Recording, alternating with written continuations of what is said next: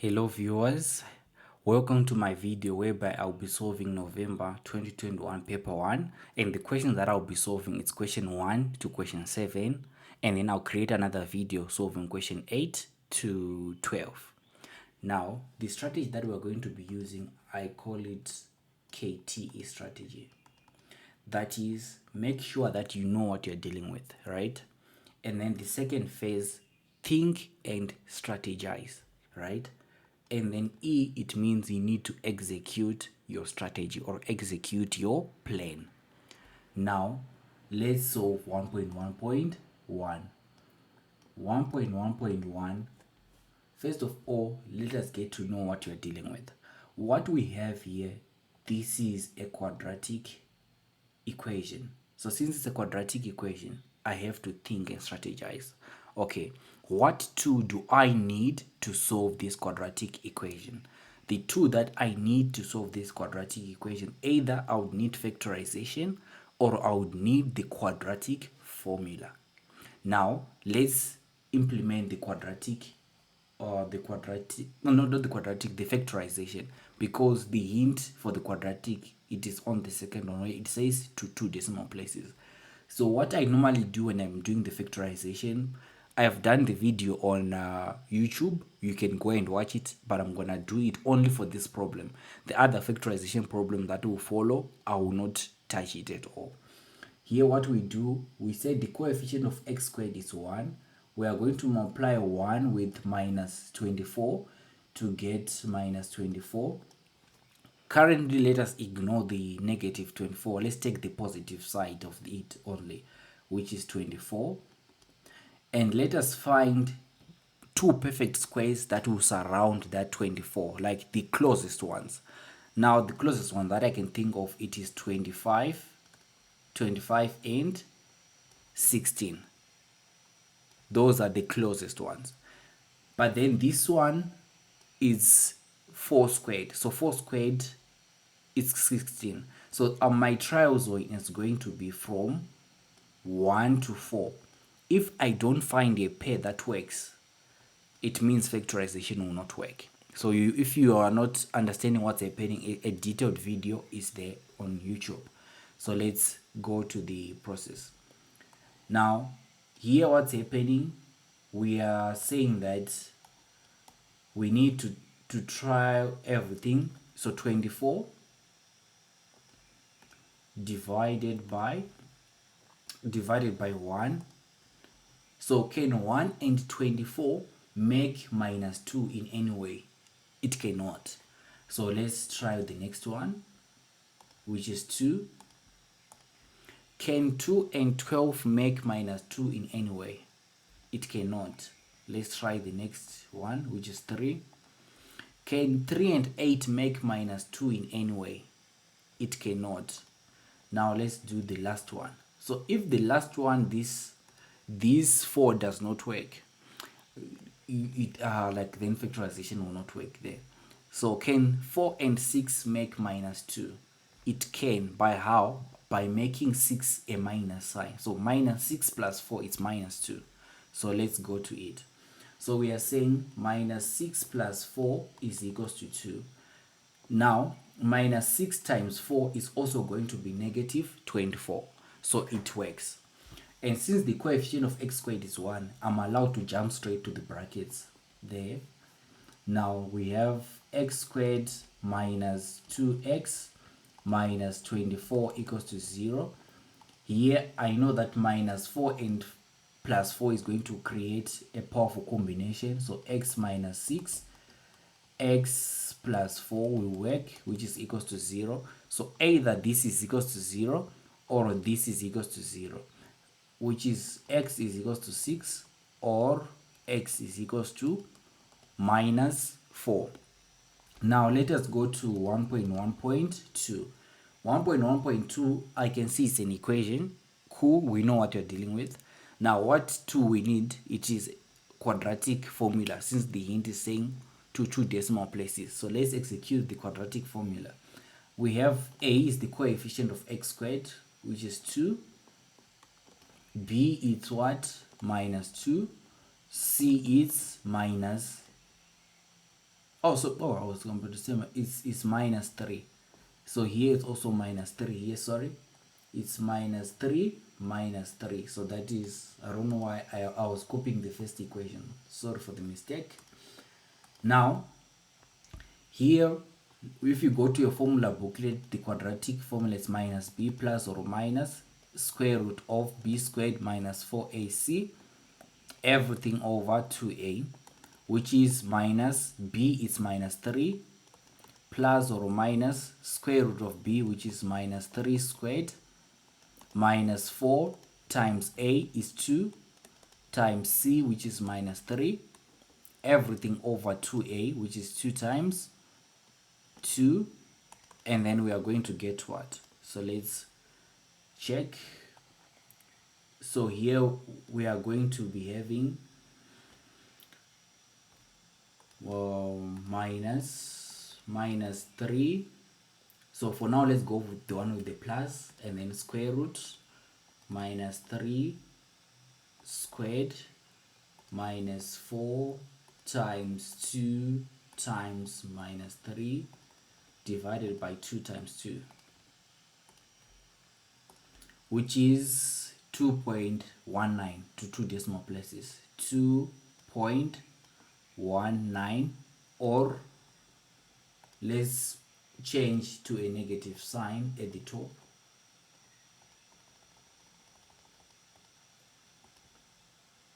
So here let's put a minus now, or it's minus 0.69, minus 0.69. So we are done with the first part. Let's go to 1.1.3. So with 1.1.3, we have x squared plus 5x, it's less than or equal to minus 4. Here we need to know what you're dealing with. Here we are dealing with a quadratic inequality. So what we are going to do, we are going to take this to the other side, meaning we are going to be having x squared plus 5x plus 4 is less than or equal to 0. Here I'm not going to do the detailed process of factorization. I'm going to jump straight to the solution. Here we are going to be having x plus 4, x plus 1, which is less than or equal to 0. Now we need to ask ourselves, what do we need at this point to solve this quadratic inequality? I need a sample graph or a sketch. Now that is one of the twos. Now when a is greater than 0, the general form for the quadratic graph is going to be like this. When a is less than 0, the general form for the graph is going to be like this. But then here the coefficient of x squared is 1. It means 1 is greater than 0. So the general graph is going to be like this. So what we are going to do, we just have to put our sketch. And then if we solve for our critical values, we are going to get minus 4 and minus 1. Here is the issue. We want to find a region such that it is less than or equal to 0. We want to find a region such that it is below the horizontal line. That is what we can do. So the region that is below the horizontal line is this one. If it was greater than or equal to 0, it is the region above the horizontal line. That's another case. So in this case, we can deduce that x is between minus 4 and minus 1. So that is what we have here. And then let us solve 1. Oh, sorry, here I was supposed to say 1.1.3 here. And then we're going to solve 1.1.4. So 1.1.4, we have the square root of x plus 28, which is equals to 2 minus x. Now checking at this problem, we can see that, okay, this one is an equation, but we cannot say it's a quadratic equation or whatsoever. But we can say maybe, since this one is a square root, another name we can say is a radical. If it was a cube root as well, it is a radical as well. So we can call it a radical equation. Now, we don't know any tools for now to solve radical equations. So let's see what we can do about it when we think and strategize. Now, what do I see? if I look carefully on the left hand side, I see that the x that I want to solve, it is protected by the square root. So my task at this point is to remove or to kill that square root. That is what I can do. So let's square both sides. Now let's square both sides to destroy the square root. Now on the left hand side, you'll be left with x plus 28. On the right hand side is just expanding that one, which is 2 squared, which is 4, minus 4x plus x squared. So just do a method that works for you when expanding 2 minus x multiplied by 2 minus x. Now here we need to have everything on one side. So I'm going to throw this to that side, also this to the other side. Now we will be having x squared, so minus 4x minus x, it will become minus 5x. 4 minus 28 will become minus 24, which is equals to 0. Now at this point we are supposed to be factorizing, and I'm not going to do that long process. I'm just going to jump straight to the solution, because here it's going to be x minus 8 x plus 3, which is going to be equals to 0 if you implement that factorization algorithm or whatever factorization technique that you use. Now here we are going to be having x is equals to 8 or x is equals to minus 3. Now we are not yet done, because the problem, we have a square root sign. So because of that square root sign, we expect the right hand side to be greater than or equal to 0 at least. Now if we say x is 8, is going to be 2 minus 8, which is going to be a negative sign. So it means that this will not lead to a valid solution. But x equals to minus 3, but it's going to be 2 minus minus 3 is going to be 2 plus 3, which is 5. So x equals to 5 will actually, so x equals to minus 3 will solve the issue, because 5 is greater than 0. Now we are done with 1.1.4. Let's go to the next one, to the next slide. So for the next slide, we are solving 1.2. When you're solving 1.2, we are saying 2y is equals to 3 plus x, equation 1. The second equation is 2xy plus 7 is equals to x squared plus 4y squared, which is equation 2. Now what do we have? This is a non-linear simultaneous equation. Non-linear simultaneous equation. Why? Because there's a squared, x squared there. If also maybe this one is the product there, if we had like only, let's say for example on the left hand side it's like this, and we get another equation that looks similar like to this, but it's not having maybe having another constraints, that would be a linear simultaneous equation. So when you have a linear simultaneous equation, either you can solve it via substitution or elimination method. But then now, since this is a non-linear simultaneous equation, it can only be solved via substitution. Now let's find the perfect substitution. From 1, it only makes sense to say that, so from 1 it only makes sense to say that x is going to be 2y minus 3. Let's make it 3. Now we are going to take the equation 3 and we substitute it in equation 2. Now where there is x, we are replacing with 2y minus 3. So which is 2y minus 3 y plus 7, which is equals to 2y minus 3 squared plus 4y squared. And then for now I'm going to distribute the 2 inside, or also with the y. So 2 times 2y is going to be 4y, or maybe let's do it one at a time. So here I'm going to have 4y minus 6, and then I still have the y plus 7 is equals to, here I need to expand this one because it's 2y minus 3 squared. So here I'm going to get 4y squared minus which is 12y plus 9 plus 4y squared. And then I'm going to distribute this one on the left hand side, which is 4y squared minus 6y plus 7 is equals to, so this and this can be forming 8y squared, so minus 12y plus 9. And then we are going to put everything on one side. So I'm going to throw the left hand side to the right hand side. And remember, when you throw it to the other side, the sign changes. Now 8y squared minus 4y squared, when you throw it to the other side, it will be just be 4y squared minus 12y plus 6y is just minus 6y. 9 minus 7 is just plus 2, which is equals to 0. Here I cannot jump straight to the two brackets because there is the coefficient of y squared is not like 1, it's like 4 now. So what I'm going to do, I have to split this 2y the normal way of using that strategy.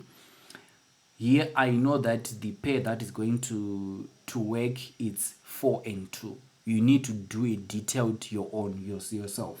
So 4y squared, it's minus 4y minus 2y is going to work, equals to 0. Here for the first two, the common factor is 4y, which will give us y minus 1. Here there is a minus, so let's bring it. And then there is a 2, so 2.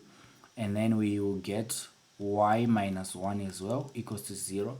Since this is common, y minus 1 is common, I'm going to be having y minus 1, 4y minus 2 equals to 0. So from this I can deduce that y is equals to 1, or y is equals to 2 over 4 is just a half, is just a half. That is what we can deduce. Now since we have that, we can have our x to be equals to what? We go back to equation 3. If x is 1, we are going to have 2 times 1 is 2, 2 minus 3 is just minus 1. Or we have x is equals to 2 times a half is 1, 1 minus 3 is minus 2. So that is what we need for 1.1.2. Let's see if there's a bit of space. Okay, let's also solve 1.3 here. Now for 1.3, it's a different of a problem because it's no longer solve. Now the problem that we are dealing with is proof. They say the roots of an equation are blah blah blah, where m and p are positive real numbers. The numbers m and p in that order form a geometric sequence. Okay, prove that x is non-real number. Now here, do we know everything that we are dealing with? Here, if we look carefully at x, this thing, it resembles the quadratic formula. Now, since it resembles the quadratic formula, you just double check. Here it's minus b, so it's like b is n here, and over 2a, it means a is m, and then minus 4ac, which means c is p. So it exactly resembles the quadratic formula. You need to double check first before you just rush into conclusion. Now, since this is a quadratic formula, it means that this component inside the square root is the discriminant. Now, how is that discriminant is going to help us? So whenever you have the discriminant, which is b squared minus 4ac, and in our case it's n squared minus 4mp. Whenever you have the discriminant, remember the rules of the square root. If the square root is less than, if the value inside the square root is less than 0, the x value is going to be non-real, or it's going to be imaginary. So when this is less than 0, your x value that you get is going to be non-real. But when delta or the discriminant, sorry, the discriminant is greater than 0, x is going to be what? X is real. So we want, so our goal, so what's our goal? Our goal is to show that the discriminant is less than 0. If you can show that the discriminant is less than 0, then you have shown that x is non-real number. So that's what's supposed to happen here. Now, let's do that. What are we given? We are given that m and p in that order form a geometric sequence. Okay, cool. We are given that m and p form a geometric sequence. Now, what can we extract from that? We can extract that they have the same common ratio. So that means n over m is equals to p over n, just the from the theory.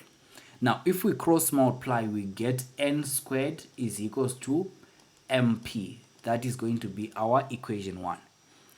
Now, this is there anything that we are given? Because this one we've utilized to deduce. This is what we need. M and P, they are positive and real numbers. We will check to see if there's anywhere we will need it. But then for now, let's start with our discriminant. So we are saying our discriminant, which is delta, is equals to n squared minus 4mp. And our goal is to show that it is less than 0. If it is less than 0, then x is non-real. But then what do we have? We have that mp is n squared. So where there is mp, you can also replace with n squared. Or where there is n squared, you can replace with mp. You can choose whatever that you want. So here in my case, I'm going to replace where there is mp, I'm going to replace with n squared, which is n squared minus 4. mp is n squared. And then n squared minus 4n squared is minus 3n squared. When a number is getting squared, right, because here they said n is a positive real number. So when you are squaring a positive number, still is going to remain positive. So n squared, we know that it's going to be greater than 0.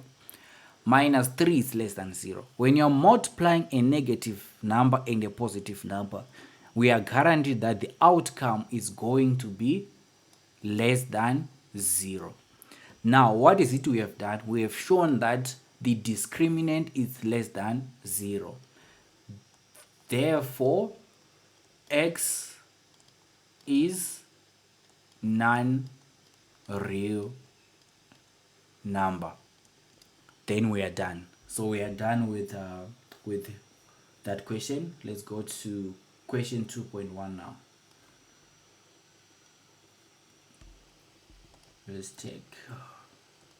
So with 2.1, they're saying given a geometric series which is x plus 9 plus 81 until we get to infinity, calculate the value of x.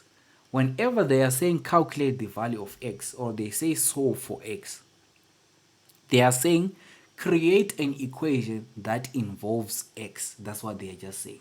Now, how am I going to do that? I need to use the theory that I know about the geometric series. What do I know? I know that any sequence or any series, they have the same common ratio. Now, that means 90 divided by x should be equal to 81 divided by 90. This is just from the theory. Now, I'm going to cross multiply, meaning I'm going to get 81x equals to 90 squared. Here I'm going to divide by 81, going to divide by 81. It means that x is equals to what? So let me bring the calculator. We are saying 90 squared divided by 81. That is just 100. So here this is just 100. Now 2.2, show that the sum of n terms is this. So this one is a show. Now for this showing, we just need to check, okay, here we have the left hand side, it's Sn, and we already know that we have a geometric series, right? Now Sn is going to be a r to the power of n minus 1 over r minus 1 whenever r is not equals to 1. This is just from the formula booklet. So if you go to the formula booklet, you see a formula like that. And then now, here we are going to say our a is what? Our a is x. So x is what? It's 100. So our a is 100. And then r is what? So r is the ratio, which is 90 divided by 100, which is 0.9. So we have 0.9 to the power of n minus 1 divided by 0.9 minus 1. Now, if you put in your calculator this, like, it's something maybe that you can do mentally, but I'm just gonna do it for everyone. So 0.9 minus 1 is gonna be minus 1,000. So if we simplify this, we are going to get minus 1,000, and we have 0.9 to the power of n minus 1. But what we want to show, we have 1,000 only outside. So it means we need to put minus 1 inside the bracket. So we have 1,000. When you put a minus inside the bracket, we are going to have 1 minus 0.9n swapping their positions. So that is it. I'm not saying it's already they are going to swap the position. It's just going to depend. Here it's a minus. A minus will become a plus. So we shift it. Here it will become minus. We throw it to the other side. That's what I've done. I'm not saying always. So in this case, they just swap the position. Now let's go to 2.3. Hence or otherwise. Hence, we can use, okay. Hence or otherwise, calculate the sum to infinity. Now, since I have a geometric series, do I know the sum to infinity of a geometric series? So the sum to infinity is just a over 1 minus r, right? Where r should be between minus 1 and 1. This is just be from the formula booklet. If you go and check, you see that. And then we said our a is 100 divided by 1 minus r. R we said is 0.9. Now we just have to put it in our calculator and we check what we get. So we have 100 divided by 1 minus 0.9, that is 1,000. So we have 1,000 here. Let's go to the next one, which is question 3. Should we write down? I think let's go to a new space, to a nice,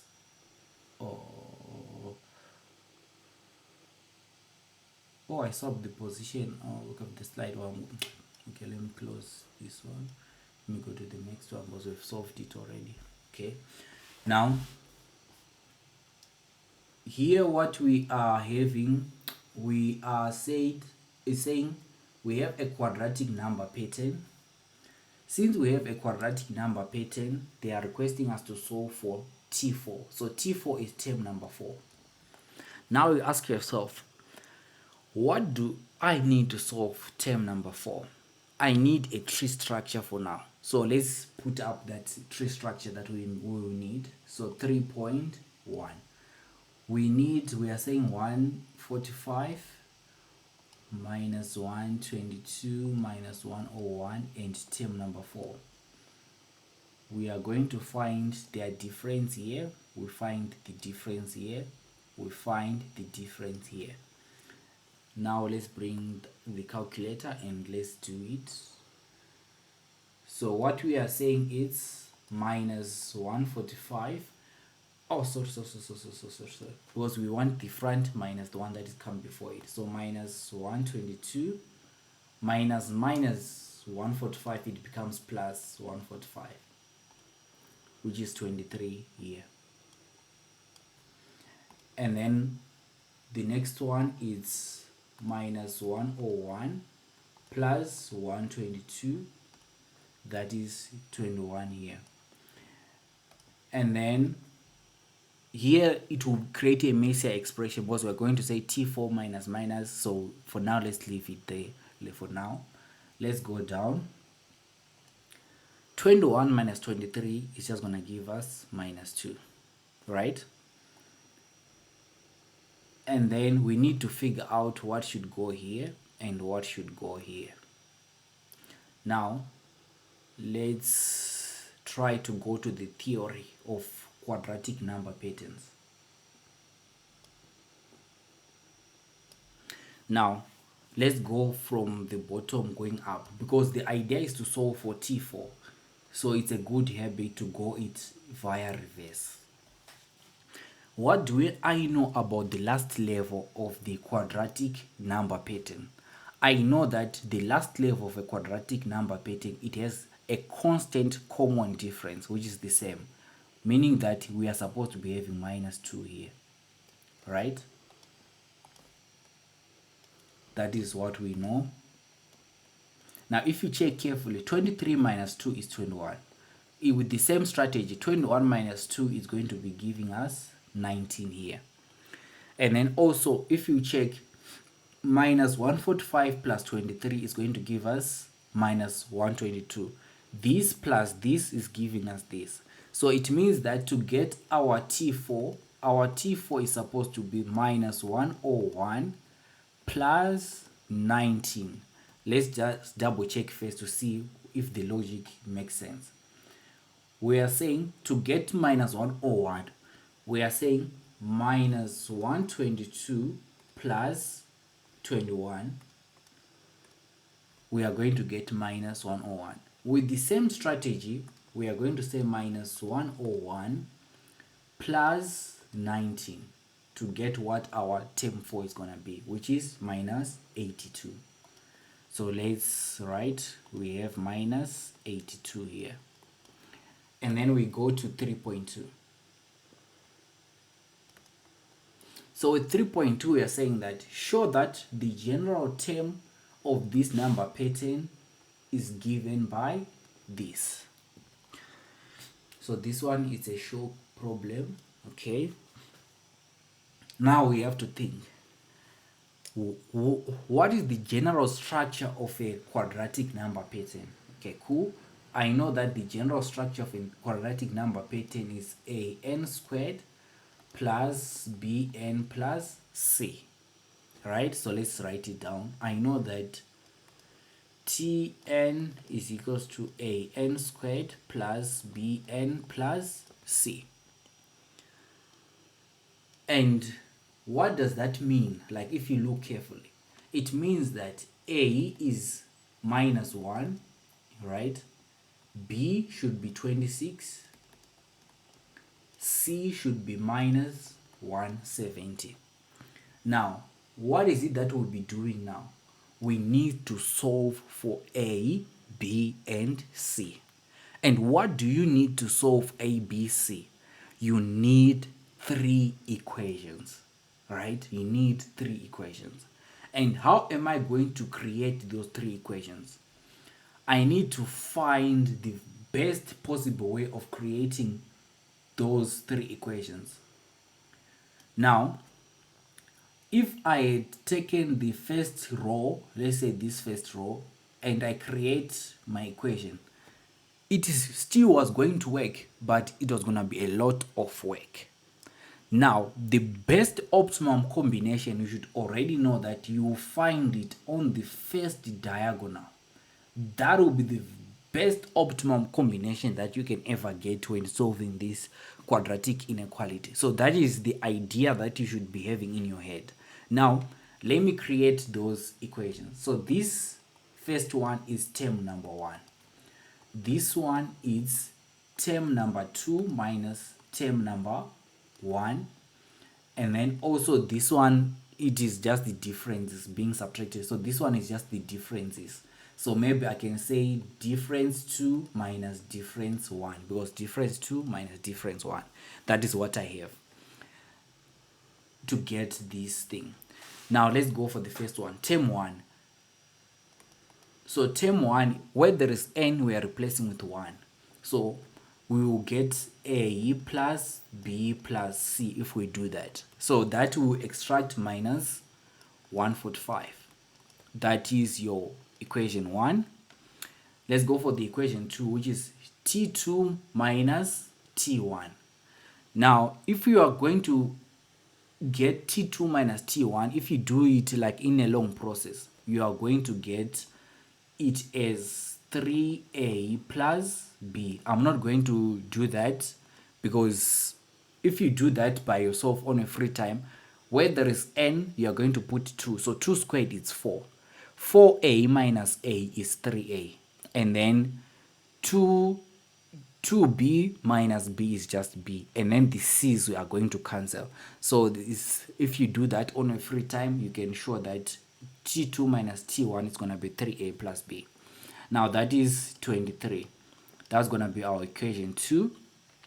And then you should always know that if you subtract D2 minus D1 or any difference that you subtract, you are always guaranteed to have 2A.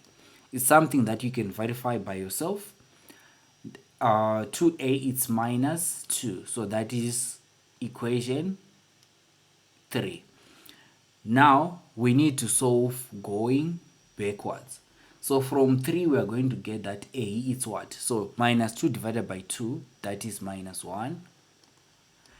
And then B is equals to 23 minus 3A, which is 23 minus 3 times minus 1. So which is 23 plus 3, which is 26. And then C is equals to what? So from the first equation now, C is equals to minus 145 minus B minus A. So which is minus 145 minus B, which is 26, minus A, which is plus 1, is equals to what? So let's solve it. So we are saying minus 145 minus 26 plus 1. That is minus 170. We have minus 170. Now, that means that Tn is going to be, where there is A, you are replaced with a minus, so we have minus n squared. Where there is B, you are replacing with 26, so that is 26n. Where there is C, you are going to replace with minus 170. So we are done with 3.2. So that is what was supposed to be done there. Now 3.3, let me just go to the next. So for 3.3, it is saying between which two terms of the quadratic number pattern will there be a difference of minus 121. So let's go to the previous one that we had solved.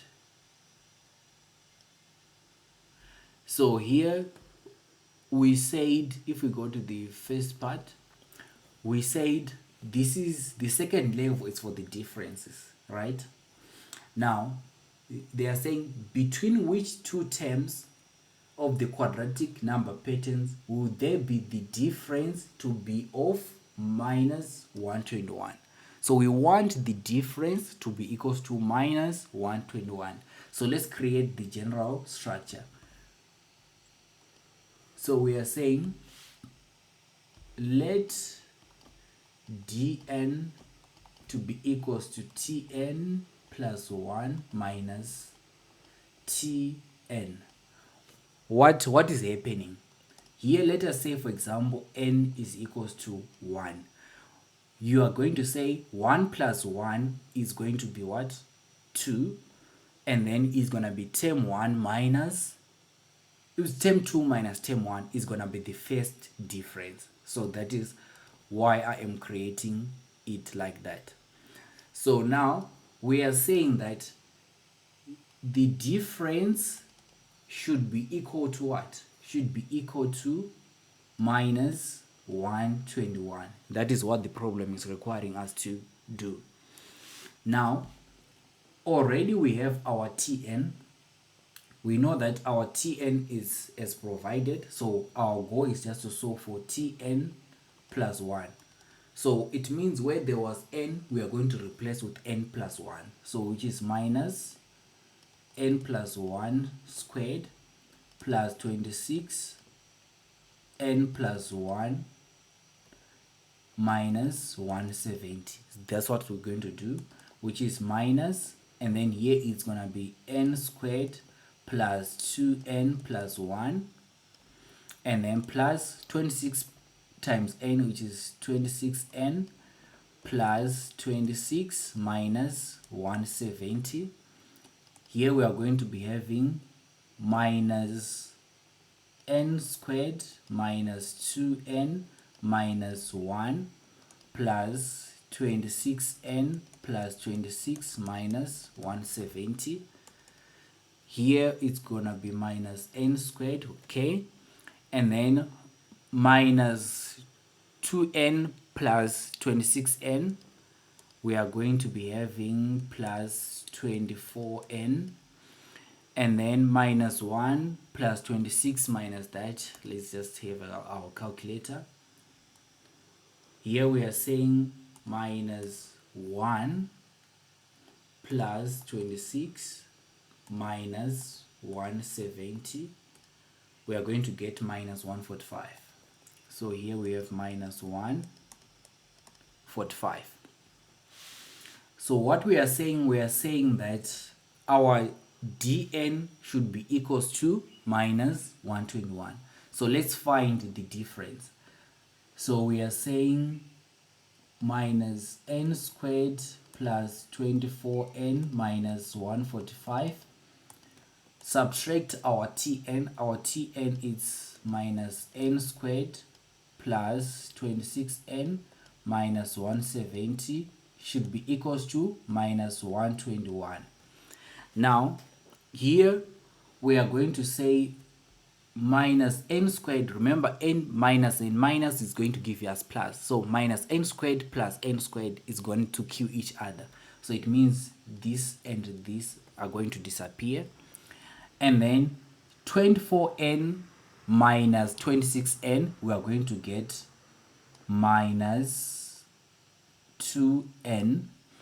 And then minus 145 plus 170, what are we going to get?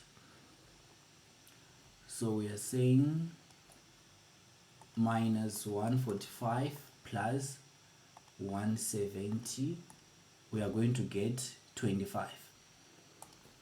So we have plus 25 is equals to minus 121.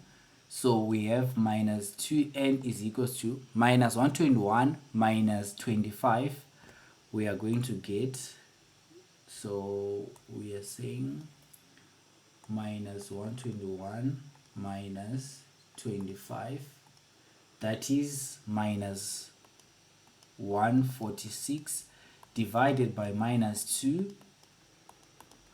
We have our ns, so divided by minus 2, it's 73. So our n is 73. But then remember, we need, the answer is between which two terms. So since it's 73, we are going to say 73 plus 1, it's what? It's 74. Here it's 73, right? So it is going to be between term 73 and term 74. So we have answered our problem. Now let's wrap up with 3.4. So with 3.4, what value must be added to each term in the number pattern so that the value of the maximum term in the new number pattern formed will be 1? So here it's a word problem. They are saying what value must be added to each term in the number pattern. So here we want to create a new number pattern from the old pattern. So that means there is going to be a translation. So there's going to be a shift So when a shift happens, it affects everything. So that is what you need to know, that when a shift happens, it affects everything. Now, because already we have determined the general form for the quadratic number pattern, for the original pattern, it will be a long process to generate a new pattern, and then after you've generated a new pattern, you solve a new Tn. It's going to be a long process. So what you are going to do now, you are going to find the maximum term for the original pattern, and then you are going to shift that original pattern to get the new number pattern. So they are saying the maximum term should be 1. Now let's get into it. Now we know that Tn is what? Tn is minus n squared plus 26n minus 170. So let's say, for example, let's create a function, because usually when you are doing those translation, it's much easier to see when you're dealing with functions. So let Tn to be equal to f of n. So it means f of n is going to be minus n squared plus 26n minus 170. So that is the original term that we already had, right? Now, how do you find the maximum term of a quadratic number pattern? So whenever you have a quadratic number pattern, it's still also, here we have created a quadratic function. What we have done now, we have created a quadratic function. And then the quadratic function, remember the form is going to be like this in this case, since the coefficient of n squared is minus 1. The maximum value is going to be obtained at the turning point. And at the turning point, it is obtained when x is minus b over 2a. And the corresponding y value is just f of minus b over 2a. That is the theory that you should remember, that the maximum term will be obtained at the turning point. And the coordinates will be x is minus b over 2a, and the corresponding y value will be that. But remember, this will give us the term for the maximum, right? Now let's do that. So here, instead of the x, we are dealing with the function. Instead of f of x, we are dealing with f of n. So it means our n is minus. So n is minus b over 2a, which is minus b. B is 26 divided by 2 times a, which is minus 1. And then if we divide minus 26 by minus 2, we are going to get 13 there. Now it means that we need to get our corresponding y value, because we get term 13 is going to be f13. Now we are going to be having minus 13 squared plus 26 13 minus 170. What are we going to get? Let's find out. So we are saying we have minus 13 squared plus 26 13 minus 170, which is minus 1, which is minus 1. But here is the issue. They are saying that what value must be added to each term such that the number pattern, in the number pattern, so that the value of the maximum term in the new pattern formed will be 1. Now here is the maximum value of the original number pattern. How do we get the maximum value for the new pattern? What should we add to get 1? So minus 1 plus 2 is going to give us 1. So we should add 2 to make sure that we get 1. So we are done with 3.4. let's go to question 4. So for question 4, we are saying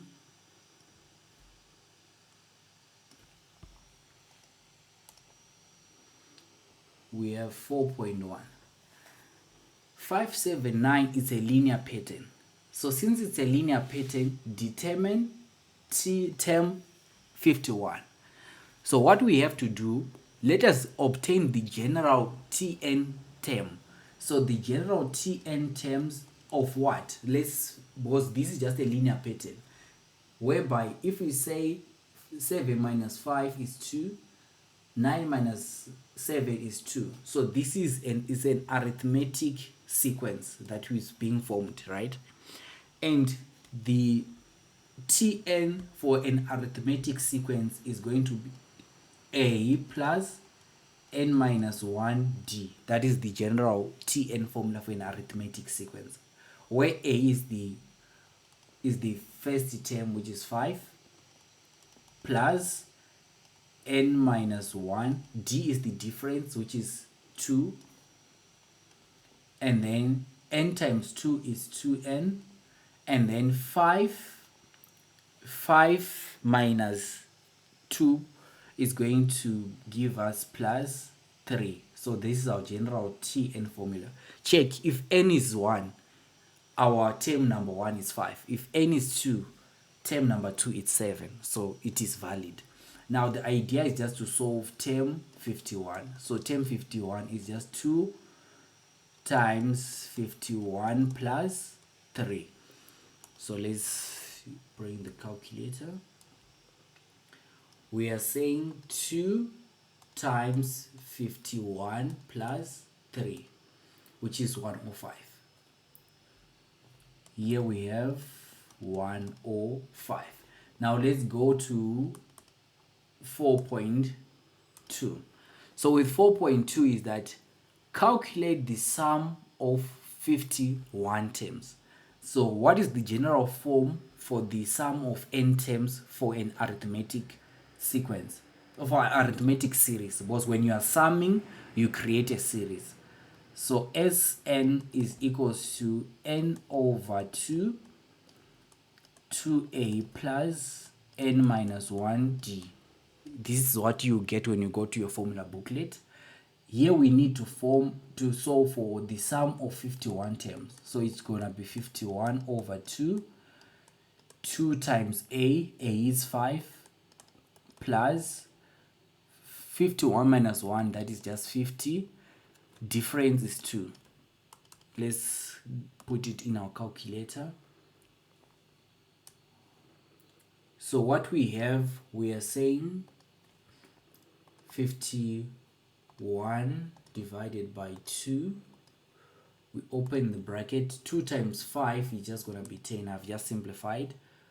Plus 50 times 2, that is 100 there.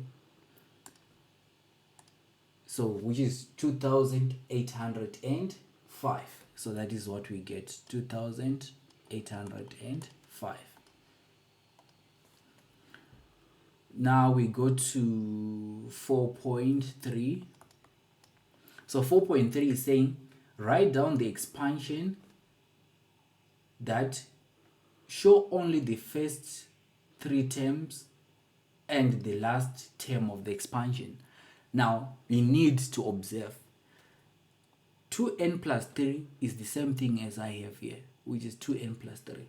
So what that means is that we already have the first 3 terms. It's the same sequence. So now, so the summation of n equals to 1 to 5,000 of 2n plus 3 is going to be 5 plus 7 plus 9 plus everything until the last case. So for the last case, we are going to say 2 times 5,000 plus 3. So let's get our last term. So our last term, we are saying 2 times 5,000 plus 3, which is 10,003. We have 10,003. So show that the first three terms and the last term of the expansion, we have shown that. Now let's go to the last one for question 4, which is 4.4. So under 4.4, we are going to say, okay, hence or otherwise calculate this one. Calculate this and this. This one is already what we had in the previous one when we were writing down it here. But the number of terms is now 5,000. It's from 1 until 5,000. Here we need to be very careful. Here we have 5,000 terms. We need to observe. Here we have 499 terms. And also it's a different sequence. Now, but then, meaning for this one, already we know our A, we know everything. So for this one, let's just extract a bit. When n is equals to 1, it's gonna be what? Minus 2, 1, minus 1. So minus 2 times 1 it's minus 2, minus 1, it's what? It's minus 3. Here for this sequence, it's minus 3. And then when n is 2, it's minus 2 times 2, it's minus 4. Minus 1 is gonna be minus 5. We do the same thing. Minus 2 times 3 is minus 6. Minus 1, it becomes minus 7. Now the difference here we'll get is that minus 5 minus minus 3, it will become minus 3 plus 3 is minus 2. Here also it's minus 2. So here this is the minus 2, which is what we already had here, which is minus 2. Here the common difference was 2, so it was already 2, so it's matching. Nothing else different. So what I'm going to do, I'm going to say the sum of 5,000 terms for the first what? For the first problem, I'm going to use the original formula because both of them, they are arithmetic sequences or they are linear patterns. Now, here we are going to say n is 5,000 now. 5,000 divided by 2, and then it's 2 times a. So for the original sequence is still the same thing. A is 5 plus n minus 1. It's 5,000 minus 1, which is 4,099 times d. Our d already it was 2, so that is 2. We get our solution here. And then let us also get the sum of 499 terms for the other series. We are going to have, using the same formula, it's 4999 divided by 2. But then here is 2 times a. Your a in this case it's minus 3. So it's times minus 3 plus, so n minus 1 is 4999 minus 1. It will become 4998. And then times d. D is minus 2 for this other sequence. Now we just need to put in the calculator and we add them together. Because after we get this, we'll add them together. Now let's bring our calculator and let's do the process. So what's going to happen? We have 5,000 divided by 2 times, and then here 2 times 5 is just 10. I'm gonna give it 10 there, plus 4999 times 2. So we get 25,020. That's what we have there. And let's solve the other one. 4999 divided by 2, and then times, open the bracket, 2 times minus 3, that is minus 6 there, and then plus 4998 times minus 2 equals to, here we have minus 24,999 999. And then if we add them together, we are going to say, okay, so this one plus what we already had, which was 25, 0, 2, 0, 1, 2, 3, is gonna be 20,001. So if we sum those two things, now we go to our fifth question. Let's go to the fifth question. Is there space down? Okay, let's go to the next. Now, which is 5.1. So with 5.1, you need to check this is a function. Okay, so we know that this is a function, and not only is it a function, it is those type of functions with asymptotes and etc. Just like some hyperbolic like type of stuff, right? Now let's look at the first problem. Write down the equations of the asymptotes of f. So the asymptotes is where the graph should not touch. Now, if you look carefully at the denominator, here, if x is 3, we have danger because we are dividing by 0. So the graph should not touch 3 at all. So the first equation we get is x equals to 3. Now, for the other one, for the other asymptote, we just have, for the other equation, the asymptote should not touch this answer. So y equals to 2 also should not be touched. So that is what we have there for the first question. Now let's go to 5.2. So 5.2 is saying write down the domain of f. So what's the domain of f? So the domain of f, it is where f is defined, or where, like, the domain is a set of input, right? Where f is valid, right? Where f is valid. We know that any number is going to work except when x is equals to 3. We don't want x to be equal to 3. We don't want that because we will be dividing by 0. So any other thing is going to work, which is, you can say x element of the real numbers, but x should not be equals to 3.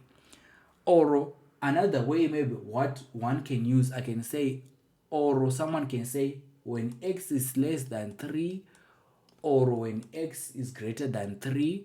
Or another way someone can do that is when we have minus infinity to 3, right?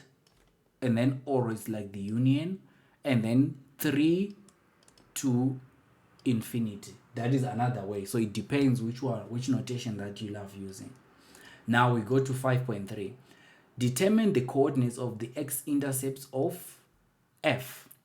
So the x-intercept is when y equals to 0. So x-intercept is when y is equals to 0, of which y is the same thing as f of x. So that is what you need to remember. Now, let's solve that problem. So our f of x, so the problem to solve is f of x equals to 0 from this one. Now, we are having minus 1 over x minus 3 plus 2 equals to 0. And then if we throw this to the other side, it's like we are having 1 over x minus 3 is equals to 2 over 1. Is the same thing. We cross multiply. If we cross multiply, 2 is going to multiply with this whole term outside. So it's going to be 2 times x is 2x. 2 times minus 3 is minus 6. 1 times 1 is 1. And then 2x is equals to 1 plus 6. But if we throw this to the other side, it's a 7 divided by 2 divided by 2. So x is 7 over 2. So for the x-intercept, it means your x-intercept is 7 over 2 and the y value is 0. So that's what you can conclude there. Now let's go to 5.4. So for 5.4, we are saying that write down the coordinates of the y-intercept. So for the y-intercept, it's when we have x equals to 0. Now, when we have x equals to 0, we need to replace where there is x with 0. Now we have f of 0 to get our y-intercept. So f of 0 is equals to minus 1 over 0 minus 3 plus 2. And then if we just put it in our calculator, let's just put it in a calculator and see what we get. Here this is minus 1 at the top. At the bottom it's minus 3. And then plus 2, which is 7 over 3.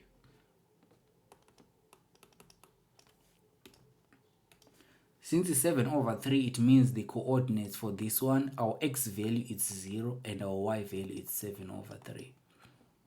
That is our 5.4.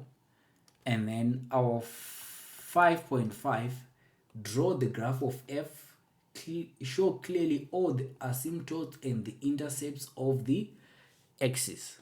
Now that is what we need to do, is to draw this graph. So this is the x-axis, this is the y-axis. So first of all, we need to label where the asymptotes are.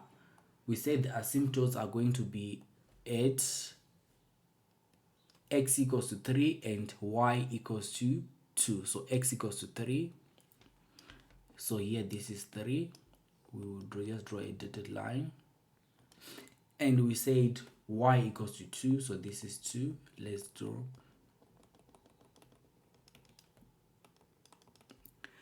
Here's the catch now. For this type of graphs, it will depend. So the general form, we can say the general form, let's say for example, a over x minus p plus q. Let's say this is the general form of this type of graphs. Whenever a, so this is the idea, whenever a is less than 0, you expect your graph, like the general graph, let's say when you have the asymptote, here is just a general one, we expect the graph to be like this whenever a is less than 0. When a is greater than 0, we expect the graph to be something like this. So that is the general knowledge that you should know. In this case, our a is minus 1. So our a is minus 1, which is less than 0, meaning the general structure of the graph should be like this and this. Now, the reason why we calculated the y-intercept is that we would know that it will cut at what? At 7 over 3. And here it will cut the what? The x-intercept at what? At 7 over 2, and the general structure of the graph, it will be like this, and it should never touch the asymptote, something like this. And then it cuts the x value at 7 over 3, so here is 7 over 3. And then similarly, the structure of the graph here, it will be like this,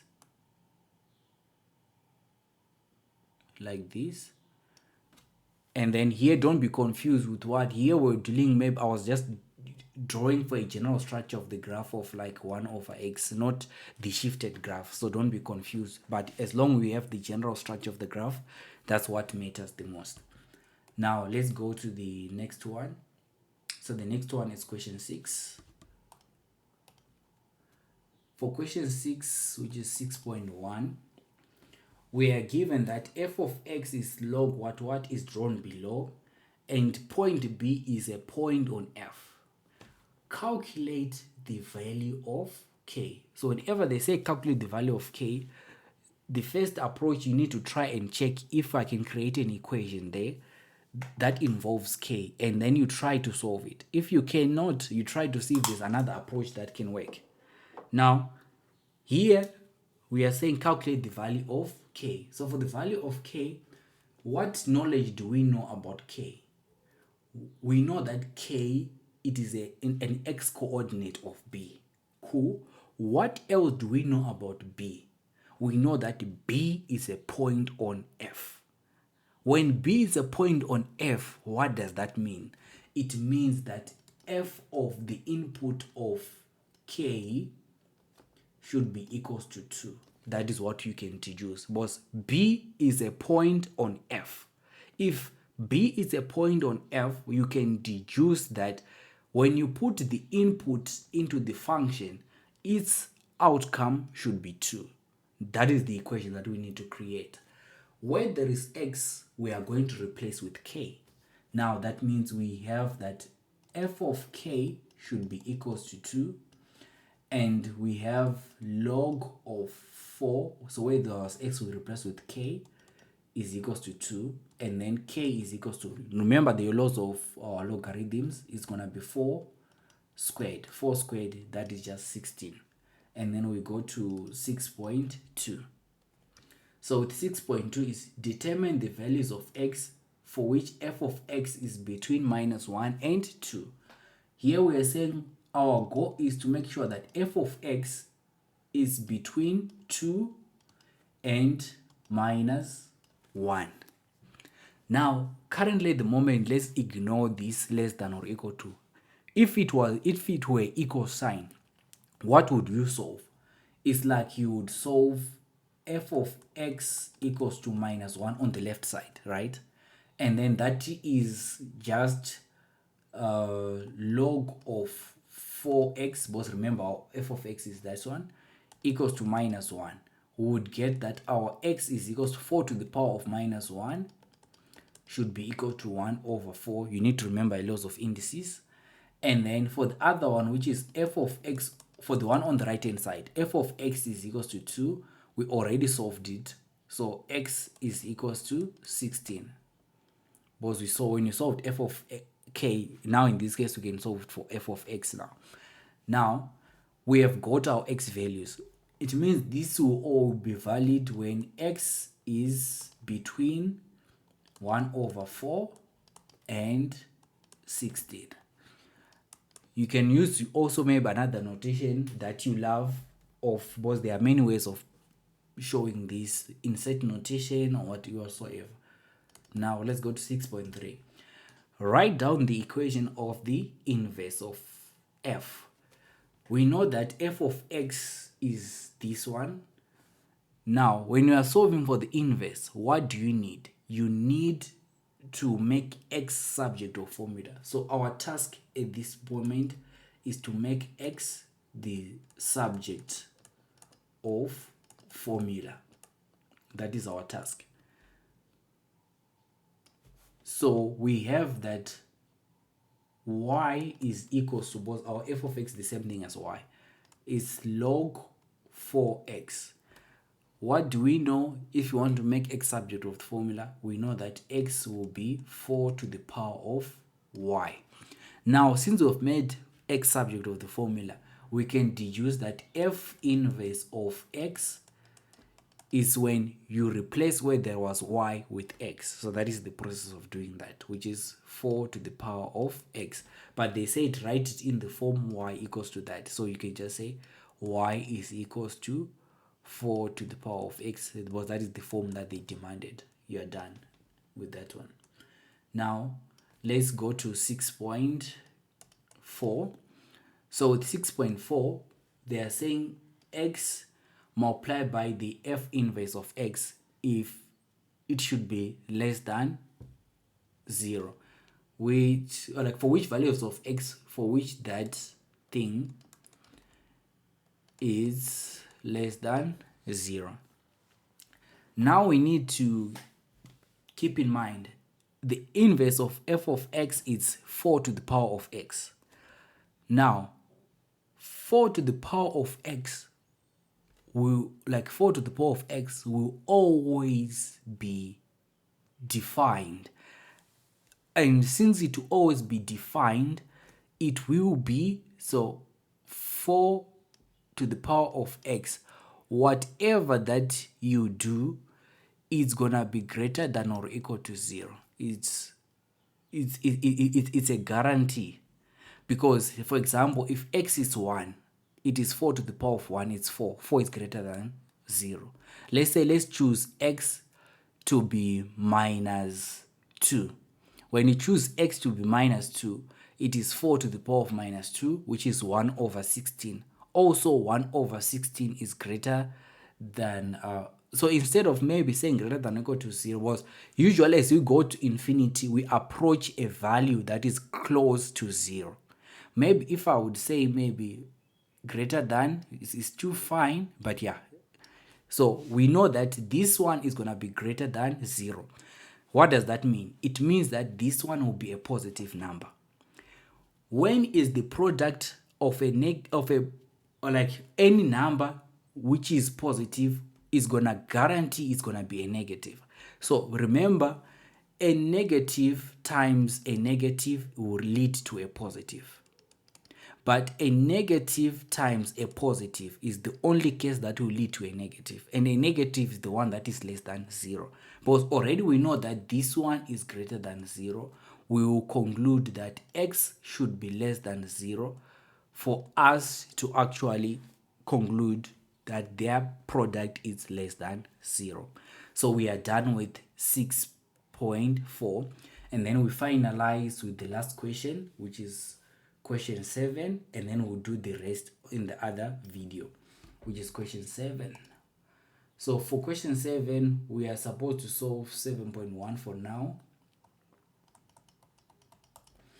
For 7.1, what is it asking? 7.1 is that write down the coordinates of B and D. When the question is saying write down the coordinates of B and D, let's see. Here is B, here is D. Cool. What information do I know about B and D? That's what you have to ask yourself. I know that just by looking, but either you can read the information that you are given, but since they have given us the diagram is giving us a summary of the information that is there. But if maybe we cannot solve the problem, then we can go and read it. Now we know that B, just by looking, it is sitting on this quadratic function, right? And also it is sitting on the what? On the x-axis.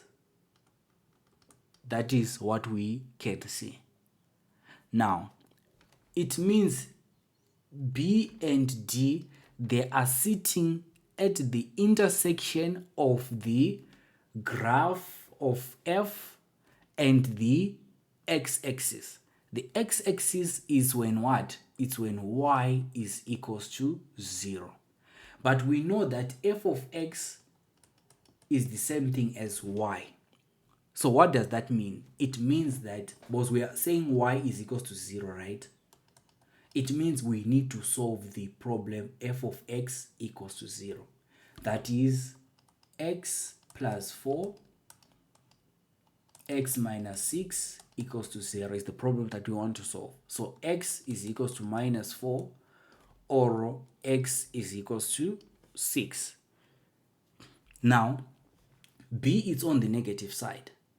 So it means b coordinate is going to be minus 4, 0, and d coordinate is going to be what? It's going to be 6 and 0. So d coordinate is going to be 6 and 0. We are done with 6.1, 7.1. Let's go to 7.2. So to 7.2, we are saying calculate the coordinates of C. Now, C is at the turning point. Now, let's verify with the given information. But sometimes it might look as if it's on the turning point, but it's not. So we can actually see that C is actually on the turning point. Okay, cool.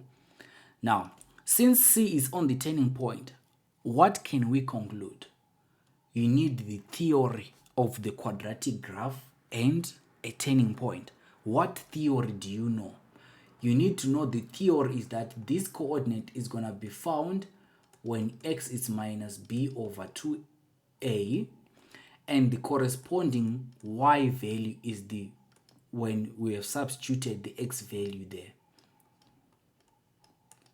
That is the theory. Or another way of thinking about it, to get the x coordinate, because this graph is going to be symmetrical. You can use symmetry if you want, or you can use the formula that I've stated, or you can use completing the square. You need to use whatever what you know, the theory that you know that links a quadratic graph and a turning point. That's what you just need to do. Now, at this point, let's just solve our, let's just get the general form for the f of x. X times x is going to give us x squared.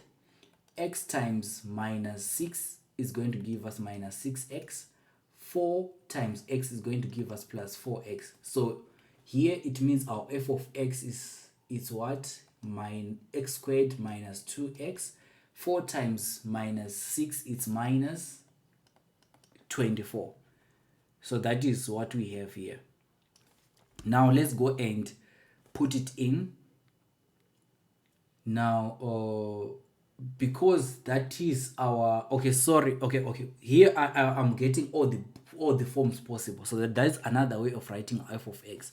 But now I'm thinking, if I'm going to get, what the idea is to get the b and the a, because that is the strategy that I want. So the a here is what? It's 1. The b here will be minus 2, and the c will be minus 24. That is why I had to put it in this form. So let's solve for x equals to minus b over 2a. It's going to be minus, so minus b is minus 2, everything over 2a, which is 1. Which means our b is minus 2 times 2, minus 1 times 2 is 2, 2 over 2 is 1. So it means our x is 1. Now we need to solve for f of 1. Was according to the knowledge we're saying, now we need to solve for f of 1, because minus b over 2a is 1. So for f of 1, we need either to go in this other, or you can solve in this one, but it is much easier to use in that expanded one, because you're going to say 1 plus 4 is 5, and then 1 minus 6 is times minus 5. 5 times minus 5 is minus 25. Which makes sense. This coordinate of c is going to be at 1 and minus 25. So that is the coordinate, is going to be at 1 and minus 25. So that is the coordinate of c, 1 and minus 25. And then now, let's go to 7.3. 7.3, we are saying that write down the range of f. So the range of f is, we are concerned, because remember the domain, we're looking at where the x values are valid. Now for the range, we look where the y values are valid, right? Now for the y values, it means we are looking at, was here, this is a y value, this one is a y value, this is a y value, minus 25 is a y value. And the turning point, since the graph is like that, it's going to give us the minimum y value. So the y value of the turning point, it gives you the lowest y value. That is from the theory, that your turning point is going to give you your y value as the lowest point of your graph when it's like curved like this. If it were like that, it's going to give you a maximum. So anything from here going upward for the y value is valid. So for every y greater than or equal to minus 25 is going to be valid. Or another one, you might think, you might want to write it in a set notation where y is an element of what? Of minus 25 to infinite. So that's another notation one may want to use. Let's go to 7.4 now. So for 7.4, we are saying, given that theta is equals to that one, and the tangent of f at t is perpendicular to AE, calculate so 7.4.1. So let's solve 7.4.1. So 7.4.1, we are saying, calculate the gradient of AE. Let's go to AE. Calculate the gradient of AE. Here, this is just a line. What do I need to calculate the gradient of a line? I need 2 points. I do have A, I have B. But what's the challenge? I don't have A and I don't have B, because they are unknown currently at the moment. Now, what else can I see? I can see that there is an angle that is getting formed and it touches the line that forms AE. Now, is there any theory that links angle with the gradient. That is the thing. There is, if you go to your formula booklet, you see that m is equals to tan theta will do the job. Now here, which is tan 14.04 degrees. Let's go to your calculator. When you are solving this problem, make sure you check your calculators in degrees, because it can create a big mess there. So tan of 14.04, which is the answer. We need to round to 2 decimal places, which is 0.25, which is 0.25, or someone may want to put it as 1/4. It's still okay. Now 7.4.2, we are saying that calculate the coordinates of t. Let's go. Calculate the coordinates of t. Now you have to ask yourself, what information do I know about, like, t just in general? What do I know? They are saying that t is a point on F between B and G. Let me see, is there G? I think they wanted to say D, I think. Yeah. Oh, okay. Oh no, it's okay. G is here. Sorry, yeah, it's correct. Between B and G, right? That is where T is. Now, since it's between B and G, can I get any insightful information when I'm creating, when I want to solve for the coordinates? Because now I want to think. Here, I don't think I can deduce anything, because I have a point T, and I know that for it to be on F, still it's unknown. We cannot gain anything. So now what else can we use now? Because already we cannot use F directly. Is there any way we can use F indirectly? Now let's think about it. Can the derivative of F do the job? Let's figure out. Do we have any information so that our theory can help us with that? Now, if you go to this one, they say that the tangent F at T is perpendicular to AE, right? The tangent to F at T. So there is a tangent. So if we draw a tangent here, that tangent is going to be perpendicular to AE. What does that mean? They are forming 90 degrees. Okay, cool. Now, what else? Now, in 7.4.1, we've calculated the gradient of AE. Is there any theory that can connect the gradient of AE and the gradient of the tangent line, right? I know that their gradient, the product of their gradient is going to be -1. Now, when I get that gradient, what else can I do? Was you are just thinking